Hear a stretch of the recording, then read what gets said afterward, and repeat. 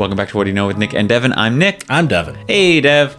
Hello. Hello. So let me ask you a question. I would love it. So, maybe you'll ask me 2 questions. Maybe. So remember back in college? Oh, no. Oh, boy. Remember when we would be at parties and sometimes those parties would get raided? What? Never. I would never be at those parties. Uh-huh. You never climbed out a window and then ran from the police? Please. So which one is your most memorable? Because I do assume that you also had this happen multiple times. The problem is me remembering them. Touche. So I think the most memorable is the one I remember. I can recall. Yeah. Would be this one I was actually of age. Okay. And I walked out of the house to go like hang out with some friends out there. Mm-hmm. And I opened the door to 2 civilian dressed cops with their badges out in the chains, like walking their way up to the stairs to the door. And I was like, oh, quickly close the door behind me. Mm-hmm. And I say, hey, how's it going? Mm-hmm. And they're like, oh, do you have your ID? Blah, blah, blah. Go through that spiel. And they're like, do you live here? Are you like, are you the owner of the house or do you on the lease, whatever? I was like, no, but I will happily go get them for you. Mm-hmm.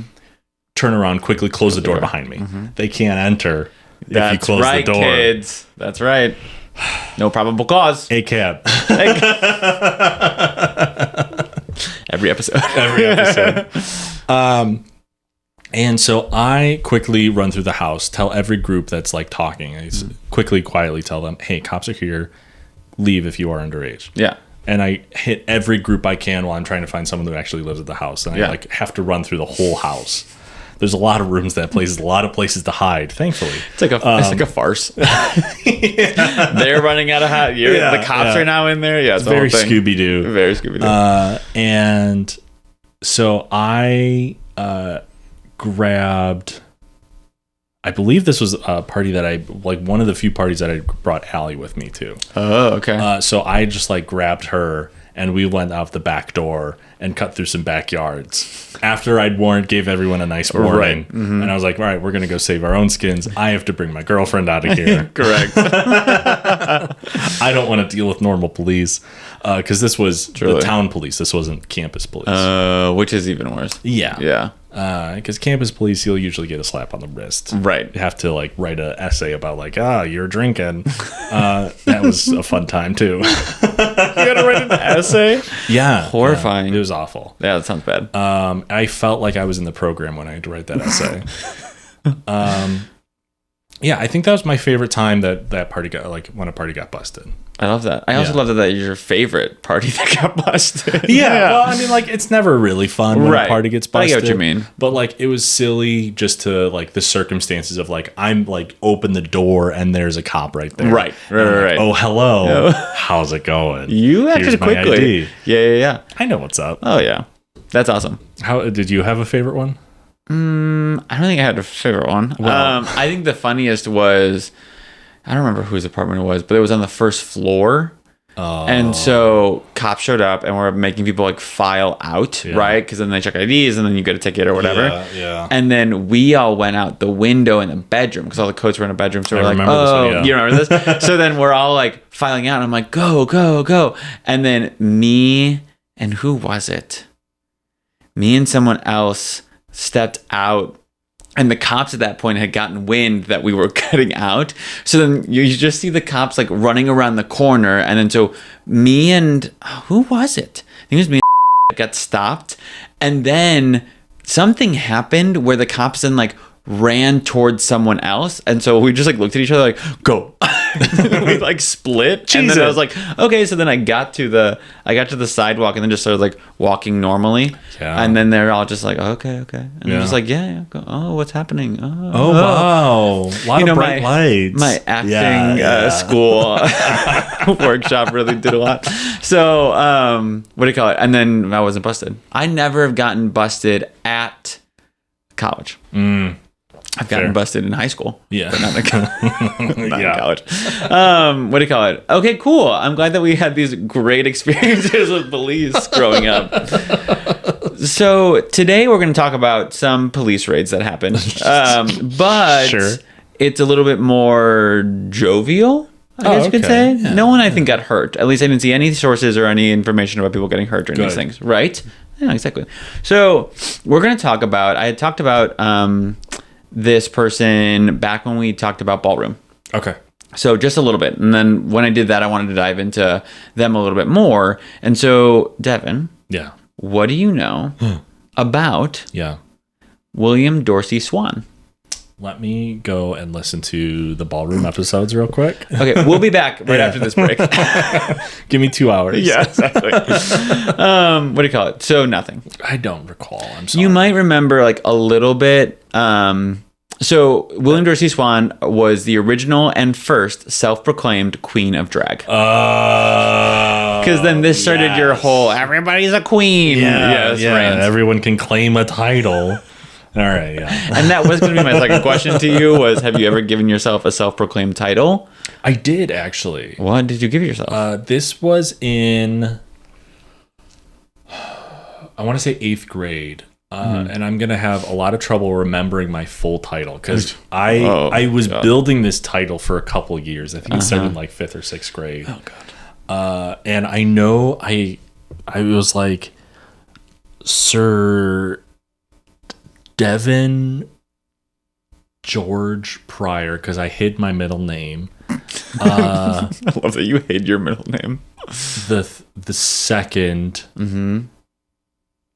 of the Isle of Sandwich. Nice. There was a long title. It was a whole thing. I'm sure if I dug around at my parents' house, I could find a notebook that had it all written out. I'm gonna need you to find that. And we'll put it on the text on the screen. I'll do my best. But yeah, no, I made this long ass thing. I think there was like some stuff even before Sir. Oh God. So there was a lot. I can't wait to hear this. Yeah. I will hold you to this. I'll try to find it. Okay, good. Yeah, it was there's probably like an old Facebook post too that has it. Who the fuck knows? The most uncomfortable thing is when memories populate on Facebook as if I want to know what I wrote 15 years ago. Oh yeah, no, I stopped those notifications. We said no thanks. Yeah, incredible. Okay, so again, William Dorsey Swann was the original and first self-proclaimed queen of drag. Amazing. Let's crack into it. Hell yeah.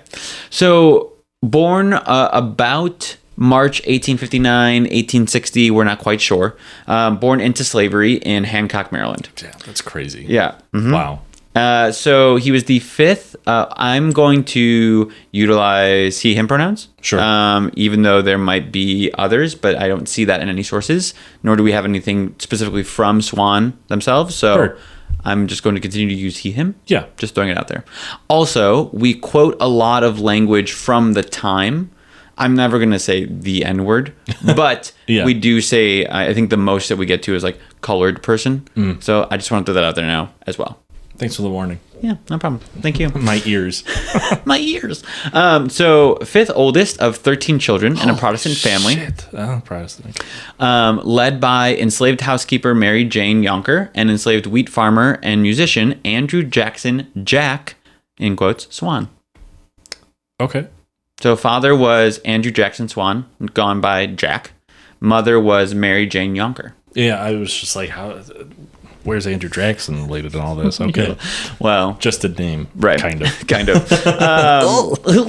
So there is the potential for, I saw this in one source, and honestly, I saw this in one source, but for William Dorsey Swann, there's kind of one guy, Channing Gerard Joseph, who did a lot of research into Swann, and so a lot of this comes from him and his work in it.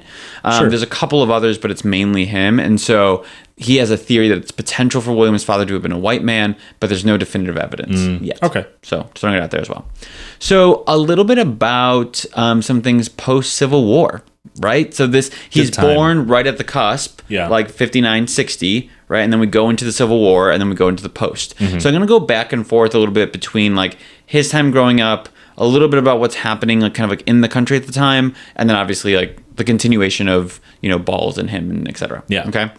So Swann and his family was freed and able to buy a farm post the Emancipation Proclamation, post the Civil War. Okay. So Swann's first job was actually working as a hotel waiter. Oh. Yeah. In September of 1882, at the age of 24, he was caught stealing books from the Washington Library Company and an item from his employer's home, Henry and Sarah Spencer. And they were the heads of the Spencerian Business College, which I was like, yikes. Come on with a different name. Truly. But he was a janitor there. Okay. So he pled guilty to petty larceny. He pled guilty to petty larceny and was sentenced to 6 months in jail. Okay. So Swann was such a good man that his former employers, the sentencing judge, and the assistant U.S. attorney filed a petition or a presidential pardon for him. They argued that he was, quote, free from vice, industrious, refined in his habits and associations, gentle in his disposition, courteous in his bearing, and that he was trying to improve his education and provide for his family, and that his former employers would happily offer lifetime employment at the college janitor, end quote. Oh. Incredible. That's pretty nice. They're like, this man's amazing. We love him. So why did they charge him? I feel like they just like had like it was kind of one of those things where it's like you pled guilty, so we need to sentence you. So we're going to sentence you 6 months, but also like you don't deserve to have that on your record, sort of thing. Sure. So that's also others involved in the theft were already released on bail, while Swann remained incarcerated. Oh, so there's also that part of it. Okay. We do not know if the pardon was ever granted, though. Oh, there's no record of it. That's weird. That's weird, right? Because there's another pardon that happens that we do get the answer for, but we never get this one. Yeah. I was like, oh, okay. So at this point in 1880, Swann moved to Washington, D.C., worked as a janitor, and sending money back to his family. Okay. So before the Emancipation Proclamation on January 1st of 1863, there was the D.C. Compensated Emancipation Act of 1862. This act was enacted in April of 62 and freed more than 3,000 enslaved people in the D.C. area. Okay. So this also drew thousands of Black Americans to Washington, and between 1860 and 1870, the Black population in D.C. tripled from 14,136 to 43,404. Wow. Crazy. Over a 10-year span. Yeah. So Washington quickly became a center of Black political, intellectual, and cultural life. Mm-hmm. This also included an underground queer network, separated between white and Black communities still. Naturally. Of course. Right. According to DC's Historic Preservation Office, quote, it was a hushed fact that Lafayette Square in DC, which is adjacent to the White House, was a known cruising spot for gay men, both Black and white, end quote. Oops. I was like, ooh, hello. So most stuck to their own race, of course, but all gays were involved. So where integration did occur, though, was in Washington's drag scene. So a lot of drag balls being held by Swann himself. Oh, yes. Interesting. Yeah. So let's dive into a little bit of Swann's drag balls. Yeah. Let's talk about Swann's balls. Thank you. So in 1880s and 1890s, Swann held parties that seemed to be the first documented drag balls or drags in American history. Yeah. So the word drag or drags has potential roots from grand rag, which is an antiquated term for masquerade balls. Whoa. Yes. So masquerade balls were called grand rags. In my assumption, it's like it's kind of like a play on things, right? Like you're all dressed up, you're really like dressed like grandly, but we'll just like call them rags. Right. Like bust out your old grand rags, you know what I mean? And then that became drags. Grand rags, drags. Mm-hmm. Wow. Yeah. So like that is the origin of... That is the assumed origin. So most of the attendees at these gatherings at first were men who were formerly enslaved and gathered to dance in satin and silk dresses. Makes sense. Yeah. So, I mean, it's like who you know. You know what I mean? Yeah. And so, quote, former slaves and rebel drag queens, end quote, known as the House of Swann, which also starts to play into kind of the houses in the ballroom scene. Right? So you'll start to see kind of some of those callbacks, right? So due to the secretive nature of these balls, invitations were often quietly made at places like the YMCA, which the YMCA established in 1844. Really? Yeah, in London. London, 1844. Wow. Isn't that crazy? That is. Yeah. Huh. I definitely thought that was more of like a post-World War II sort of thing. For sure, like 50s Yeah. Americana thing. Nope. Interesting. 1844. Huh. I know. When I was typing up notes, I saw that, and I was just like, I'm going to need to know when this started. Yeah. So they were, of course, held in secret and provided a safe space for gender expression, but were risky to attend and quickly caught at the attention of the police. Of course. So many partygoers were able to flee during police raids, but those who were arrested had their names published in the papers and became the target of public scorn. Most sentencings were 3 to 10 months in jail. And at the time, it was, of course, not tolerated for men who've subverted gender norms, right? So, like, it wasn't just kind of one of those things that oftentimes just got swept under the rug. It was more so like, no, we're going to... Yeah. But 3 to 10 months. So... In January of 1887, police officers raided the house and encountered 6 black men, quote, dressed in elegant female attire, including corsets, bustles, long hose, and slippers, end quote. So a couple of months later, in April of 1887, a raid encountered men in, quote, female attire in many colors and gaudy costumes of silk and satin. Damn, okay. End quote.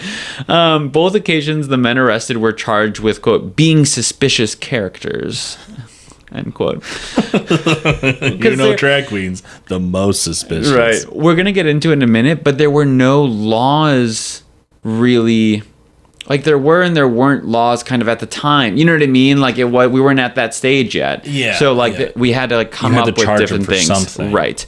So I have to read this whole article. It's a snippet, but it's really funny. So an article published titled, quote, Raiding a drag, a ball where all the ladies were imitations, end quote. So, quote. Yeah. This is going to be a little bit longer, just so everyone knows, but stick with me because it's really funny. Quote, 6 colored men dressed in female attire were arraigned in the dock at the police court this morning on a charge of being suspicious persons. They were arrested last night at a drag held at the house of Pierce Lafayette, a colored messenger in the pension office, number 1716 5th Street. I was like, they put everything out there. I was like, damn. Jeez. The names of the defendants are Benjamin, Daniel and Dorsey Swann, Ed Williams, William Johnson, and Charles Mayers. Which I'm like, those all sound like fake names. Those are absolutely aliases. So they nearly all had a low neck and short sleeve silk dresses, several of them with trains. They all wore corsets, bustles, long hose, and slippers, and everything that goes to make a female's dress complete. One of them had on a pink satin Mother Hubbard trimmed with fur, a long wig with bangs and pink hose, and old gold slippers, bogus diamond earrings, and breast pins, and pearl necklace. The lace on their skirts was very heavy and apparently of good material. Okay, but like, did the gay guy who writes the fashion column write this? It's incredible. I'm like literally going through this. I'm like, why are we like both uplifting what they wore and tearing it down at the same time? This is like a who wore it best. They're kind like, of article. had really good material on the lace, but bogus, fake diamonds. And I'm just like, what are we doing here? Hysterical. The raid, quote, the raid was made by Detective Raff, Horn, Carter, and Mahone, and Sergeant Hollenberger. And he was wearing drab police uniform. I was waiting for that. And the reserve of the 8th Precinct. The house was nicely furnished, and the ball... No way. And the ball was in full blast when the officers arrived, about 10:30 o'clock.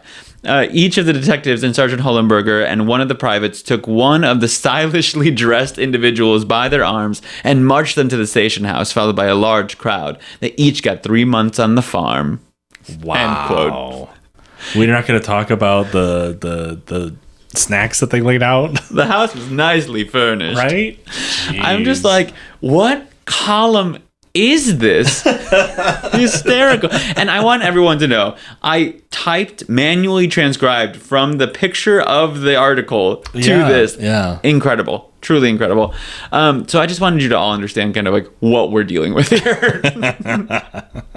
So do you think that person's just like bitter that they weren't invited? Well, that's why I'm just like, it's really funny because like you watch and they're like, they had these really nice stylish ball. Oh, right. Back to they were arrested. I'm like, what's happening? Right. Like, or they were there. So that's how they knew the house was nicely furnished. Right. I was like, why is that the key piece of information that needs to be in this like 200 word text article?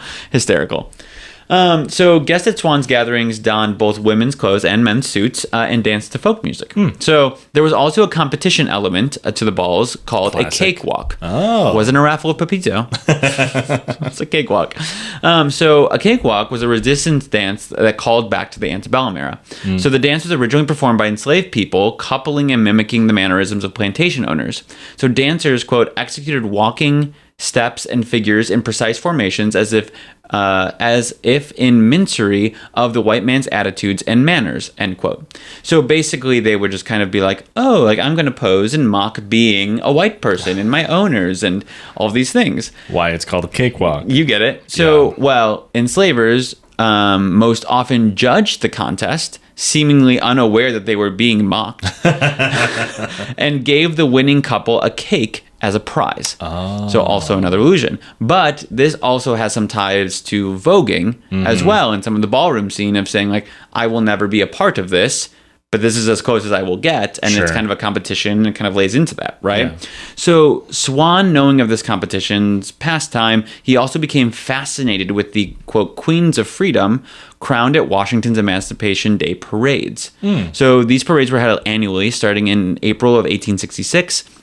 Each neighborhood in Washington was represented by a woman who, quote, personified freedom for black people, end quote.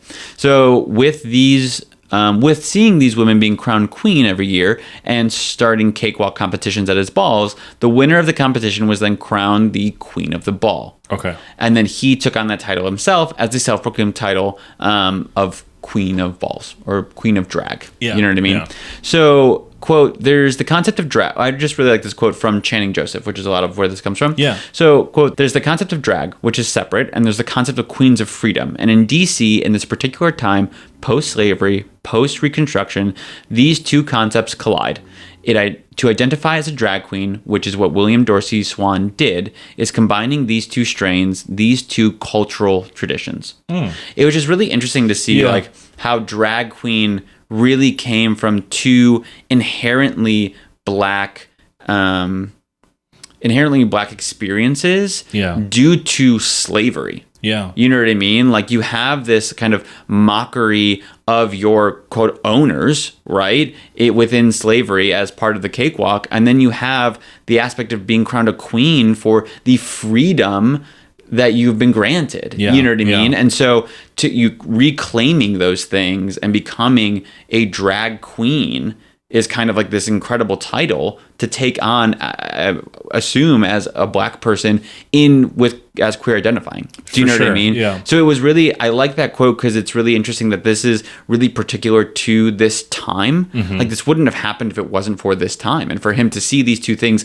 and have these two experiences collide, you know, in Washington, D.C. Because the Emancipation Parade, to my knowledge, wasn't held elsewhere. So all of this was happening in D.C. itself. And so I thought that was really interesting. And I don't think a lot of people understand or know that drag queen or these things have such big roots in black, you know, enslaved culture. Yeah. No, that's I obviously didn't know. Yeah. No, that's really interesting. I mean, especially I think having the rush of former slaves to DC really helped bring about all of these things that you were talking about, where it's just like, I totally agree with you. I don't think it could have happened anywhere or any time else. Right. That's really interesting to think about. Yeah. No, I thought it was a really great quote to kind of really just focus in on this moment in time and why that was so special, right? Yeah. I think a lot of times we talk about the origins of things, and those things obviously happen for a reason and kind of expel out, but I think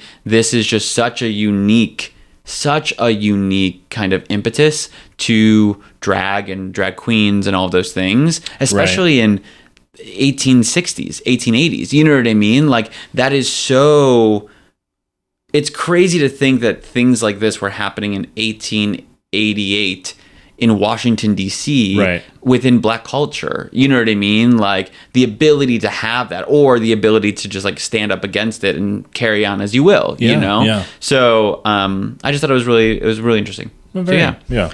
So the 1880s saw a wave of laws pass across the country banning cross-dressing. And in Jim Crow America, the idea that queer black Americans were seen to being were seen as having joy and freedom in their gender expression was not only unheard of course, but definitely seen as a threat. Yeah. So April 12th, 1888, another police raid at Swann's happened during his 30th birthday celebration. Oh, damn. I know. And was the first documented case of an arrest for female impersonation. Yeah. So the Washington Post spotlights Swann as, quote, who was arrayed in a gorgeous dress of cream-colored satin. Is this the same author? They're all kind of like this. I'm like, who's writing these articles? So, quote, who was arrayed in a gorgeous dress of cream-colored satin, bursting with rage, he rushed towards the officers and tried to prevent their entering, end quote. Swann declared to one of the officers, quote, you is no gentleman, end quote. Swann's choice to resist rather than submit passively marks one of the earliest known incidences of violent resistance for gay rights. Oh, wow. Yeah. 12 other black men were arrested that night, with as many as 17 others escaping. The continued public shaming after raids made attending the balls more and more difficult, of course. Of course. So I was like, he's got so many firsts. Like, first self-proclaimed, right?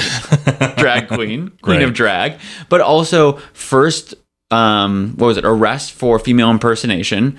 Also first known, stance of or violent resistance for gay rights. Like there's so many. Yeah. And I'm just like, huge. oh my God, you were just such like a, I don't want to say trendsetter, that feels like bad, but you were just such like an activist without being kind of like overtly activist. You know what I mean? Right.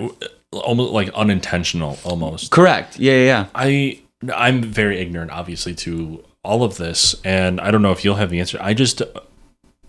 I'm trying to guess as to like why his story isn't as known, and maybe it is outside of my circle or outside of my worldview. Maybe this person is very well known within specific communities, but like my guess would be that like he's not, and I think most likely because they're black. 100%. So there's actually not too much information on him. So Channing Joseph had to do a lot of deep diving to pull out this information, because at the time there wasn't a lot of reporting on the histories of black Americans. Of course. Right? Yeah. You're in 1880s. You're just a couple years after the Civil War. There wasn't, for the quote unquote common American, we weren't like spending time writing down biographies. No. So not only do I view you at this time, right, if I'm in 1880s America, you are a black American who I'm not going to spend time trying to biography. And on top of that, you are part of a movement or a part of a community of people who are definitely even more so something that I don't want to continue to like publicize. Yeah. Right. Yeah. So like we're going to report on it, but we're not going to like find out more about it. Right. And I think that's a really big thing, is that like so many times we don't get to see why we're still covering things today from like a queer community standpoint, because a lot of that was just brushed under the rug. Yeah. Right. It just wasn't talked about. So like you couldn't have it be in the public. Right. So it's not like you have a reporter going and being like, I'm going to interview, William Dorsey Swann, or even people of the time being like, let's write down your story. Like it didn't.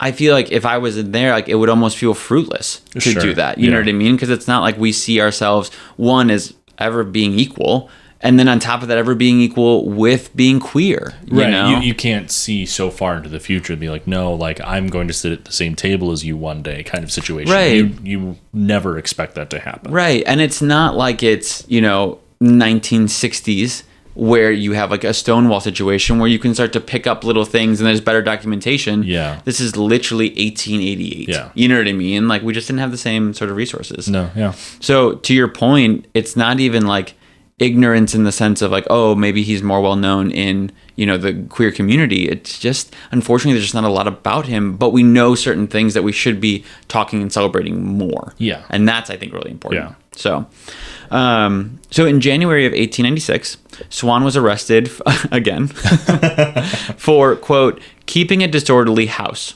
end quote, which was a common euphemism for a brothel. Oh. Mm-hmm. So you did pick up, clean out the laundry. Like, come on. I think it's like they didn't have anything else to charge him with Yeah. for what he was doing. And so they were like, we're just going to do it this way, right? So the Evening Star reported, quote, a number of men, white and colored, were found in this place, which Judge Miller characterized as, quote, a hell of iniquity. I was like, get out of here. So Swann pleaded not guilty, and after a quite speedy trial, he was convicted and sentenced to 300 days in jail. Damn. 3 months into his jail time, Swann filed a petition of pardon from President Grover Cleveland. Wait, hold on. Second pardon. We didn't get anything about the furniture of this house? Nothing yet. Fuck. I know. How are you going to know? I think we can only assume. It's Swann's house. Right. It's the House of Swann. Okay, and that's 2 N's, just so you know. So he filed a petition of pardon from President Grover Cleveland, citing that he was a respectable hard worker with a long record of continuous employment, that the sentence was severe to the crime, and that if released, he would, quote, live a proper and law-abiding life, end quote. I was like, Swann, don't lie. They might not be lying, you know. I'm like, you're going to throw another ball. Well, like, I appreciate you fighting for it, but like, you're going to get out of prison, you're going to throw another ball. Cleveland's got the invite. It's like, you can be the queen of the ball. Yeah. So 30 of his friends and allies signed the petition in support, which I was like, that's great. 30 of President Cleveland's friends and allies? No, 30 of Swann's friends and allies. Oh, I was like, damn. How is this guy not a national hero? Yeah. You're like, what? So the U.S. Attorney A.A. Birney did not meet this petition favorably and even stated, quote, this petition is wholly without merit. While the charge of keeping a disorderly house does not on its face differ from other cases in which milder sentences have been imposed, the prisoner was in fact convicted of the most horrible and disgusting offenses known to the law, an offense so disgusting that it is unnamed. This is not the first time that the prisoner has been convicted of this crime, and his evil example in the community must have been most corrupting, end quote. Bullshit. Well, truly. I'm just like, disgust. Get out of here. Yeah. But you were probably at that ball. Please. Look, just because you didn't get to dance with somebody. Correct. Someone said, no, thank you. And then you got all your panties in a twist. I know. Wow. I know. So while the petition remained in review, Swann's health was deteriorating in prison. Oh, no. And his friends called the U.S. Attorney's Office to express concern. Yeah. Which, of course, the Attorney's Office was like, bullshit. Actually, there was like, basically, so this happened in January. Mm-hmm.